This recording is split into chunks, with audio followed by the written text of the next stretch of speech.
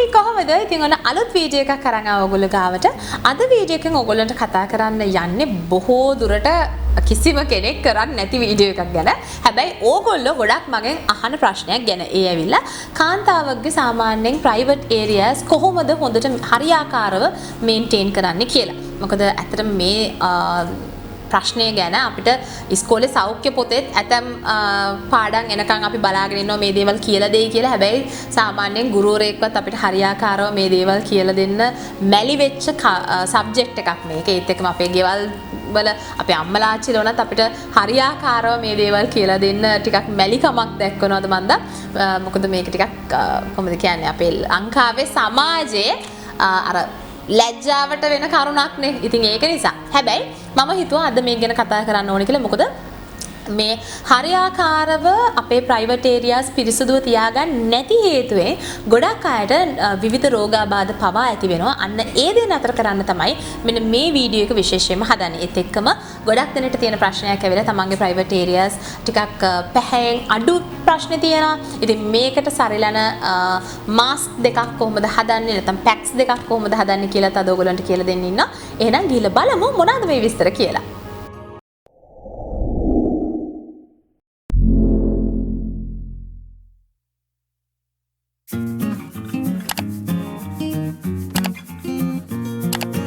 ඉතින් පළවෙනිම දේ ඇවිල්ලා අපි කොහොමද මේ අපේ ප්‍රයිවට් ඒරියාස් පිරිසිදුව තබා ගන්න කියන එක. පළවෙනි කරුණ ඇවිල්ලා මේක අපි කොහොමද සාමාන්‍යයෙන් මොන වගේ සබන්ද බොඩි වොෂ්ද මේ සඳහා පාවිච්චි කරන්න ඕනේ කියලා. අධික සුවඳ තියෙන කිසිම දෙයක් පාවිච්චි කරන්න එක හොඳ නැත්ත තමන්ගේ ප්‍රයිවට් ඒරියා එකට. මේ දේ මං හෙමින් කිව්වේ මොකද මේක තමයි ඇත්ත කතාව. මොකද අපි අධික සුවඳ සහිත සබන් ಜಾති බොඩි වොෂ් ಜಾති අපේ ප්‍රයිවට් ඒරියාස් වල ආලේප කරන එකෙන් අපේ ප්‍රයිවට් ඒරියා එකේ තියෙන pH අගේ ඉම්බැලන්ස් තාවයක් ඇති වෙන්න පුළුවන්. මෙන්න මේ හේතුවෙන් ගොඩක් දෙනෙක්ට ඊස්ට් ඉන්ෆෙක්ෂන් පවා ඇති වෙලා තියෙනවා.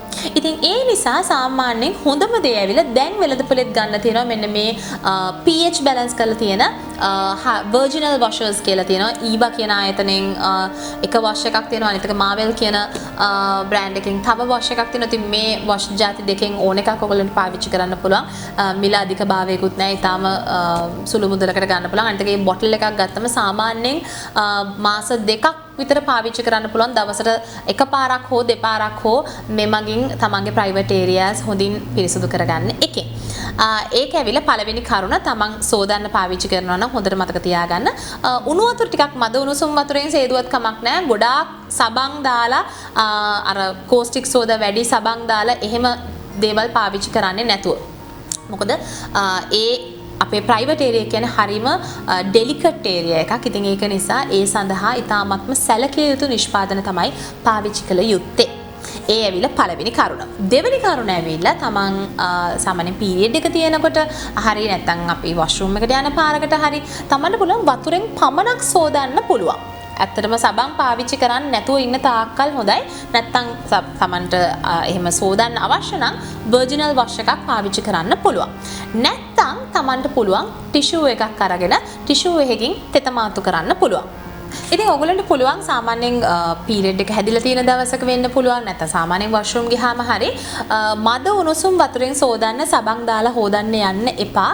මේ vaginal wash එකක් වගේ දෙයක් පාවිච්චි කරනවා හොඳයි. සබන් දාලා පාවිච්චි කරනවා බේබි සෝප් වගේ ඊටාම මයිල්ඩ් දෙයක් පාවිච්චි කරනවා හොඳයි. ලොකු සුවඳවල් තියෙන ලොකු අර මේ කෝස්ටික් සෝඩා ප්‍රමාණය වැඩි ඒ වගේ සබන් පාවිච්චි කරන්න නැතුව සබන් පාවිච්චි කරන්න අවශ්‍ය කෙනෙක් නම් බේබි සෝප් කෑල්ලක් වගේ තියාගන්න නම් හොඳයි. මොකද බබාලට දෙන සෝප් වල අතර pH balance කරලා තියෙන නිසා ඒවල කිසිම ගැටලුකාරී තත්ත්වයක් නැහැ. බය නැතුව පාවිච්චි කරන්න පුළුවන්. බේබි සෝප් කෑල්ලකින් වගේ සෝදනවා නම් ගොඩාක් හොඳයි. නැත්තම් හොඳින් මද උණුසුම් වතුරෙන් සෝදන්න vaginal wash එකක් නැත්තම්. හැබැයි මොනම වෙලාවකදීවත් මේ සමහර අය පාවිච්චි කරනවා මං අහලා තියෙනවා මේ scented wipes තියෙනවානේ wet wipes තියෙනවානේ. අන්න ඒ wet wipes පාවිච්චි කරනවා. ඉතින් අපි දන්නවා මේ wet wipes දැන් ගොඩාක් එනවා සුවඳ විවිධ වර්ගයේ සුවඳ වලින්. මේ විවිධ වර්ගයේ සුවඳ තියෙනවා කියන්නේ ඇත්තටම මෙහි තියෙන ඇල්කොහොල් percentage එක ඉතාමත්ම වැඩි. ඉතින් ඇල්කොහොල් percentage එක වැඩි වයිප්ස් මම උනත් කාලයක් පාවිච්චි කරා මේක නොදැනුවත්භාවය නිසා. ඊට පස්සේ තමයි මමත් දැනගත්තේ මෙන්න මේ ඇල්කොහොල් percentage එක වැඩි වයිප්ස් පාවිච්චි කරන එකෙන් අපිට බැක්ටීරියල් ඉන්ෆෙක්ෂන්ස් නැත්නම් ඊස්ට් ඉන්ෆෙක්ෂන්ස් පවා ඇති වෙන්න පුළුවන් කියලා. මේ සඳහා විශේෂයෙන්ම virginal wipes කියලා જાතියක් තියෙනවා. ඒවල ඇල්කොහොල් percentage එක ඉතාමත්ම අඩුයි. ඒත් එක්කම pH balance කරලා තමයි තියෙන්නේ. ඉතින් මේ කිසි දෙයක් ඇත්තට පාවිච්චි කරන්න ඕනේ නැහැ. හොඳින් මද උණුසුම් වතුරෙන් සෝදලා හොඳ පිරිසිදු ටිෂු වලින් තෙතමාතු කරත් හොඳටම ඇති සෞඛ්‍ය සම්පන්න ප්‍රයිවට් ඒරියා එකක් මේන්ටේන් කරන්න ඔබට අවශ්‍ය නම්. දැන් කෙනෙක් අහන්න පුළුවන් ඇයි මේ සබන් දාලා හොදන්න එපා කියන්නේ? ඇයි මේ වගේ සුවඳ තියෙන වයිප්ස් වලින් පිහදන්න එපා කියන්නේ ඇයි කියන ප්‍රශ්නෙත් අහනවානේ. මේකට හේතුව ඇවිල්ලා අපි ගොඩක් වෙලාවට මේ වගේ ඇල්කොහොල් percentage එක වැඩි නිෂ්පාදනයන් මේ සඳහා පාවිච්චි කරනකොට ඒ ඒරියා එක ටිකක් dry වෙන්න බලනවා. මෙන්න මේ dryness එක අපිට viral bacterial infection එකක් ඇති කරන්න පුළුවන් තත්වයකට පත් කරන්න පුළුවන්. මෙන්න මේ නිසා අපි සාමාන්‍යයෙන් ඔයගොල්ලන්ට මේ ගැන වැඩි විස්තර තමන්ගේ වෛද්‍යවරයාගෙන් අහලා දැනුවත් වෙන්න පුළුවන්. ගොඩක් ආටිකල්ස් වල පවා තියෙන මද උණුසුම් වතුර පාවිච්චි කරන්න නැත්නම් බේබි සෝප් පාවිච්චි කරන්න තමන්ට එහෙම සබන් දාලාම සෝදන්න අවශ්‍යතාවයක් තියෙනවා නම් බේබි සෝප් පාවිච්චි කරන්න නැතුව අර දෙක පාවිච්චි කරන්න එපා. ඉතින් ඊළඟ ප්‍රශ්නේ ඇවිල්ලා දැන් මෙන්න මේ ප්‍රයිවට් ඒරියා එකේ අනවශ්‍ය රෝම වැවෙනවානේ. ඉතින් මෙන්න මේ අනවශ්‍ය රෝම ඉවත් කරගන්නේ කොහොමද කියන එක. ඉතින් අනවශ්‍ය රෝම සාමාන්‍යයෙන් ලංකාවේ ප්‍රසිද්ධ ක්‍රම දෙකයි. එකක් ෂේව් කරන එක, අනිත් එක වැක්ස් කරන එක. ඉතින් ෂේව් කරන එකත් ඇත්තටම හරි ආකාරව කළ යුතුයි. හරි ලුබ්‍රිකන්ට් එකක් දාලා නැත්නම් එක්ක ෂේවිං ෆෝම් එකක් හරි නැත්නම් අර බේබි සබන් වලින් අරගෙන හරි දාන්න ඕනේ. මොකද නැත්නම් රේසර් කට්ස් ඇති වෙන්න පුළුවන්. ගොඩක් වෙලාවට රේසර් කට්ස් ඇති වෙනකොට තමයි තුවාල වගේ ඇවිල්ලා ඒව වුණත් ඉන්ෆෙක්ට් වෙන්න පුළුවන්. ඉතින් ඒක නිසා අනිවාර්යෙන් ෂේවිං ෆෝම් එකක් හරි නැත්නම් බේබි සබන් ටිකක් හරි නැත්නම් එහෙමත් නැත්නම් පොල් තෙල් හරි කමක් නැහැ. මොනවා හරි ලුබ්‍රිකන්ට් එකක් දාලා ෂේව් කරන්න කවදාකවත් කිසිම දෙයක් නැතුව ඩ්‍රයි ෂේව් කරන්න යන්න එපා. මොකද හැම කැපුණොත් ගොඩක් ලාට රේසර් බම්ප්ස් ඇති වෙන්න පුළුවන්. මේවා වුණත් නැවත ඉන්ෆෙක්ට් වෙලා නැති ප්‍රශ්නයක් ඇති වෙන්න පුළුවන්. මීට අමතරව ඔයගොල්ලන්ට කරන්න පුළුවන් තව දෙයක් ඇවිල්ලා සලෝන් එකකට ගිහිල්ලා වැක්සින් එකක් කරන්න පුළුවන්. අපි කියන එකට හොලිවුඩ් වැක්ස් කියලා ෆුල් ඔක්කොම ටික වැක්ස් කරලා දාන්න පුළුවන්. ඉතින් මේක චුට්ටක් වේදනාකාරී දෙයක්. හැබැයි පුරුදු වුණොත් ඇත්තටම ඉතාමත්ම හොඳ දෙයක්. මොකද ෂේවිං එකේදී වෙන්නේ අපි අර ගහක අතු කප්පාදු කරනවා වගේ අපි ඉදිරියට වැවෙන ටික කපලා දාන එක.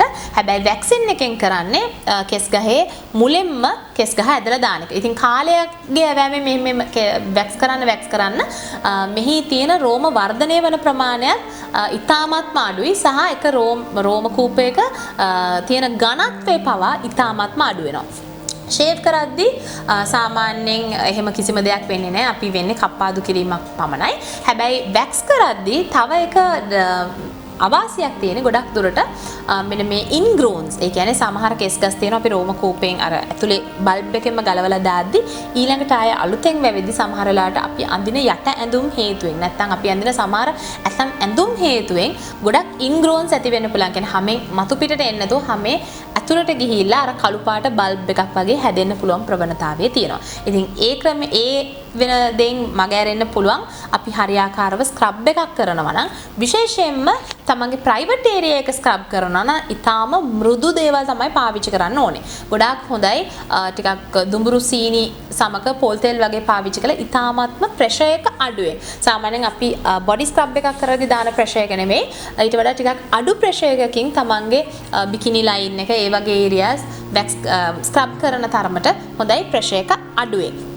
ඉතින් මෙන්න මේ ක්‍රම දෙක තමයි අනවශ්‍ය රෝම ඉවත් කරගන්න තියෙන. නැත්නම් කෙනෙක් කැමති නම් මේ ක්‍රම දෙකම පාවිච්චි කරන්න කැමති නැත්නම් සාමාන්‍ය ට්‍රිමර් එකක් උනත් පාවිච්චි කරන්න පුළුවන්. ඉතින් මෙන්න මේ ක්‍රම තුන තමයි තියෙන්නේ. ඉතින් දැන් ලංකාවේ ගොඩක් සලෝන්ස් තියෙනවා බ්‍රසීලියන් වැක්සින් කරන නැත්නම් වැක්සින් පමණක් කරන තැන් තියෙනවා. ඉතින් ඕනම තැනකට ගිහිල්ලා මේ වගේ විශේෂ සලෝන් එකකට ගිහිල්ලා මේ වැක්ස් එක කරගන්න පුළුවන්. ෂේවිං කරනවා නම් ගෙදරින් තමන්ට කරගන්නත් පුළුවන්. ට්‍රිම් කරනවා නම් හරි ට්‍රිමර් එකක් පාවිච්චි කරන්න මේ දේ කරන්න. මොකද මේ ෂේවර් එකක් තියෙන්නේ රේසර් එකක් තියෙන්නේ ගොඩක් වෙලාට තමන් එක රේසර් එකක් සාමාන්‍යයෙන් වාරවල් 2කට 3කට වැඩි පාවිච්චි කරන්න එපා. අනිත් එක ඒ රේස් එක ස්ටෝර් කරලා තියන්න ඩ්‍රයි තැනක. සමහර වෙලාවල් තියෙනවා අර බ්ලේඩ් එකේ මලකඩ වැදිලත් පාවිච්චි කරන වෙලාව තියෙනවා. අන්න එතකොට තමයි ගොඩක් වෙලාවට රේස් බම්ස් එන්නේ. ඉතින් සාමාන්‍ය normal රේස් එකක් නම් උපරිම දෙපාරකට වඩා පාවිච්චි කරන්න එපා. ඩිස්පෝසබල් නම් ඇත්තටම එකවරක් පාවිච්චි කරලා විසික් කරත් කමක් නැහැ. ඉතින් එහෙම කිව්වට ගොඩක් අය විසික් කරන්නේ නැති හින්දා තමයි මම අර කියන්නේ සාමාන්‍යයෙන් දෙපාරකට තුන් පාරකට වඩා නම් පාවිච්චි කරන්න එපා. මොකද අනිවාර්යෙන් එහි අර මලකඩ වගේ කෑලි එනවා. එහෙම ආවට පස්සේ තමන්ගේ හැම ඩැමේජ් වීමේ ප්‍රවණතාවය වැඩි. ඊළඟට ඉතාමත්ම වැදගත් කරුණ ඇවිල්ලා තමන් අඳින යට ඇඳුම්. ඉතින් මම පහුගිය දවසකත් මේ පෑන්ටි වීඩියෝ එකක් කරා. ඒකේ නම් මම කිව්වේ විවිධ ආකාරයේ පෑන්ටිස් ගැන. හැබැයි මෙතනදී කියන්නේ ගොඩක් වෙලාවල් වලදී තමන්ට පුළුවන් උපරිමය cotton underwears අඳින්න. cotton panties අඳින්න. මොකද cotton කියන්නේ අපේ skin එකට ගොඩක් හොඳ අමුද්‍රව්‍යයක්. ඒ කියන්නේ අපේ private area එකට හොඳ breathable විදිහට තියන්න පුළුවන් අපි cotton panties ඇඳොත්. ඉතින් ඒක නිසා පුළුවන් තරම් cotton panties හෝ cotton mix panties අඳින්න. ගොඩක් කලක් nylon panties තියෙනවා. සම්පූර්ණ nylon panty එක ගොඩක් හොඳ නෑ. මොකද මේ ඒ ඒරියා එකට ඔක්සිජන් යන්න හරි අමාරුයි නයිලොන් through.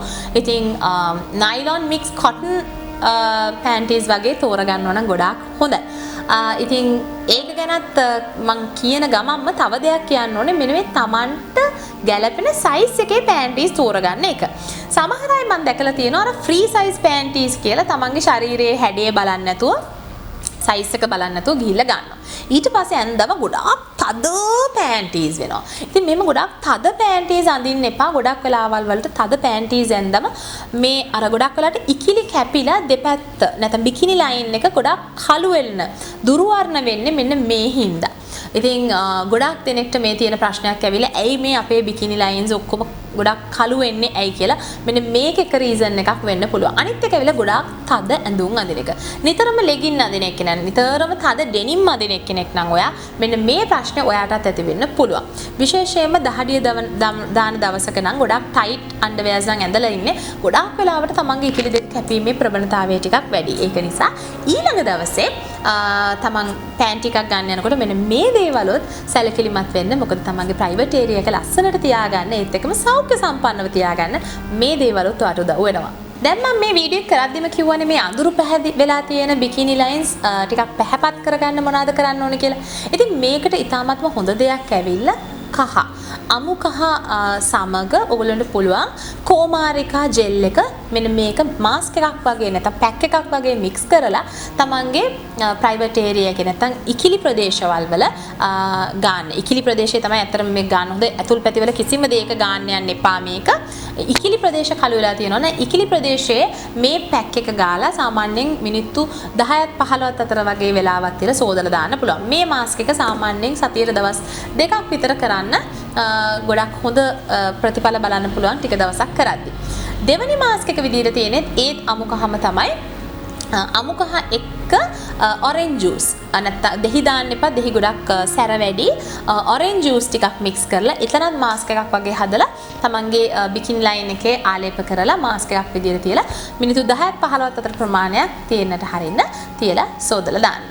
ඉතින් මෙන්න මේ මාස්ක් එක ඔයගොල්ලන් try කරන්න පුළුවන්. මේ ඒ මාස්ක් එකත් මම කලින් කිව්වා වගේ සතියට දවස් දෙකක් විතර දෙකක් හෝ තුනක් එක දිගට සති දෙක තුනක් ඔයගොල්ලෝ කරගෙන යනකොට බිකිනි ලයින් එක ටිකක් පැහැපත් කරගැනීමේ හැකියාව තියෙනවා.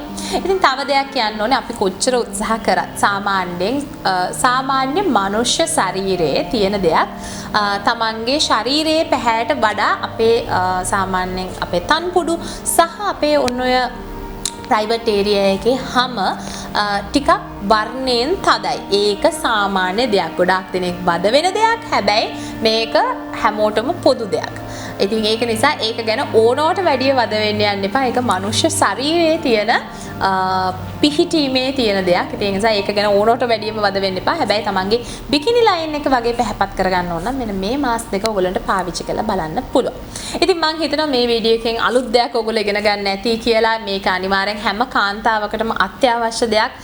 පොඩි සාමාන්‍යයෙන් කුඩා අවදියේ ඉඳන් එන ගැහැණු දරුවෙක්ට පවා ඇත්තටම වැදගත් වෙන වීඩියෝ එකක් කියලා හිතව හින්දා තමයි මේ දේ මම කරන්නේ. ඉතින් තව මේ වගේ වීඩියෝ වල බලන්න ආස නම් පල්ලෙහා කමෙන්ට් බොක්ස් එකේ කමෙන්ට් කරන්න. ඉතින් අමතක කරන්න එපා channel එක subscribe කරන්න. ඒත් එක්කම notification button එක click කරන්නත් අමතක කරන්න එපා මේ වගේ තවත් වීඩියෝ වලට බලන්න.